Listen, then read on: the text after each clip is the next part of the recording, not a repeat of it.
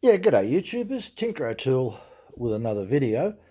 So I'm using my Hercus lathe with my vertical slide here, adjustable vertical slide. I'm using it as an end mill. Works really good. The only problem that I used to have is that when you take the compound slide off, the only adjustment that you've got for moving it forwards is this one here. Moving it this way, moving it back. But I'd sort of thought about it, what can I do? Is there anything that I can improvise? And I come up with this great idea. I thought, well, I wonder if I could use a tailstock. So I brought the tailstock up, wound it up, but found out it was short by about a half an inch. So I turned down a piece of brass with a bit of a taper on the end to go inside the tailstock. Now I can use the tailstock to move it forwards. So if you have a look like that, it moves forwards. And as you can see, as I turn it round, the wheel moves. So look, it really does work fantastic. Now, the other bonus that's here is that one revolution of this, one full revolution is equal to 100 thou.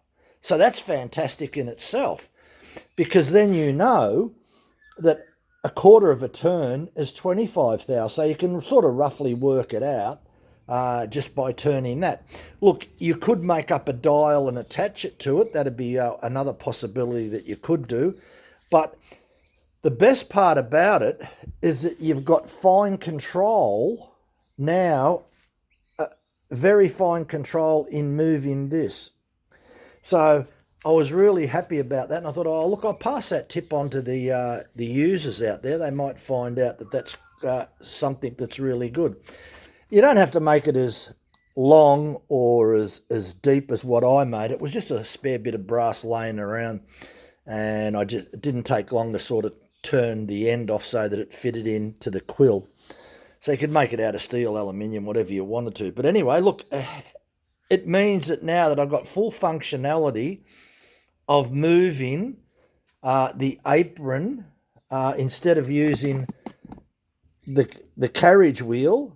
Now I can use the tailstock wheel, and I've got very fine tolerances, because this one down here is not fine. It's very coarse in its movement. So now that's a great way of getting fine tolerances back with a full turn at 100 thou of an inch.